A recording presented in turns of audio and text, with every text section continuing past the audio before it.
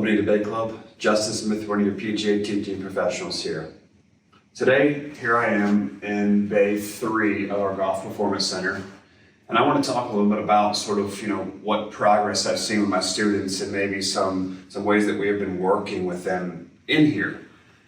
Now, as we mentioned before, certain bays have different things, meaning Bay 1's sort of the uneven lie, Bay 2 is pressure and forces, and this specific bay is just pressure. And I think that as a golfer, if we don't get into the correct pressure areas, we can't necessarily apply the kinetic sequence, which is the correct forces and how they work through the golf motion. So I was asked the other day by a fellow PGA professional, what would be one thing that you would work on with your students like forever if you had to do that? I pondered about it for not too long, and I came up with setup positions and club face awareness. So I think that a golfer, if they're not set up correctly, whether that be ball position, your own grip, the way our shoulders are aligned, the way our feet are aligned, this is your golf swing. This isn't the, hey, I read this in a book and it has to be like this. Let's make this yours, whether that be slightly open stance if you can't turn, some things of that nature that can help you produce your result. So I think setup positions are very key in what you're wanting to accomplish in a sense. And then we have to work off of that and see what your goals are, maybe what your physical capabilities are as well. And then second would be club face awareness. Now, I've had a lot of students come to me that have maybe a little different path, maybe the face isn't matched up to that path.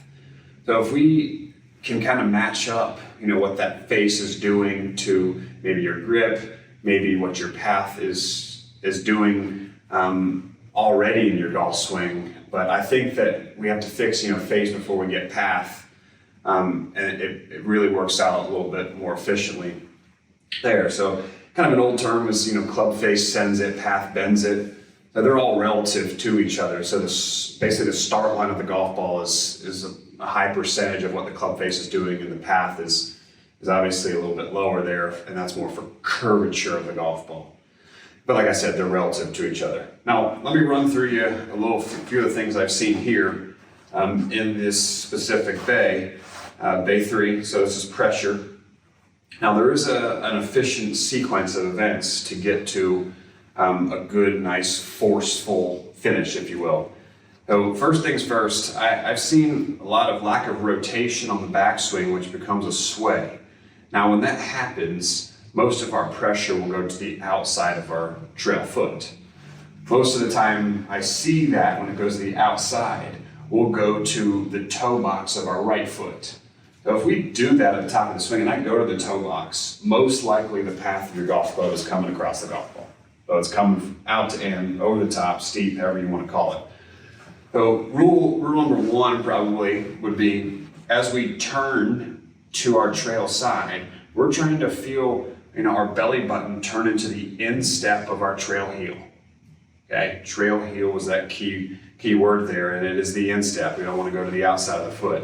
I like to visualize it as, if you're pushing down on a medicine bottle and twisting, kind of like that child lock, that's sort of what your right foot is doing, but it's not actually moving, it's not twisting.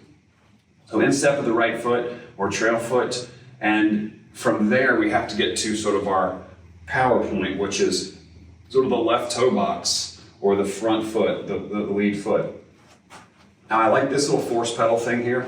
You can see a little squishy guy. And you can get the feels if you put this sort of on the instep of your right heel and turn into this, okay, and get some feels there. I also have my little ramp here. Some of you might have seen this before. Have a little bit of an angle, and you can really feel as you load up into the instep of that trail foot that you can push off to your finish.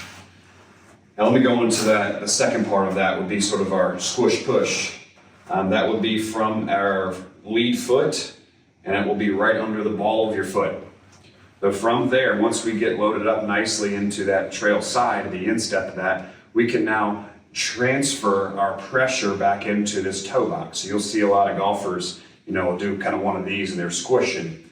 Now, the sooner you do that in the downswing or in the golf swing, it will allow enough time for the force that you have applied into this ground up here and that little squish push area, this little guy up here, to travel from the ground up into the club head. Now, if we do it too late, there's no point. It's just there, and it doesn't really affect what we can apply to the golf club.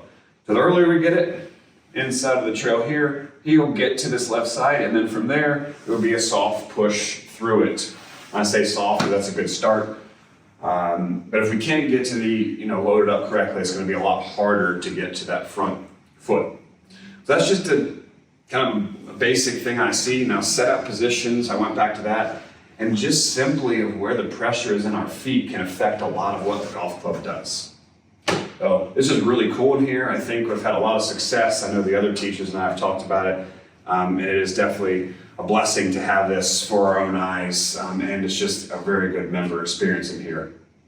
So if you'd like to reach out to any of us for some help with your own game, whether that be short game or in here, please feel free to do that. Other than that, have a wonderful day.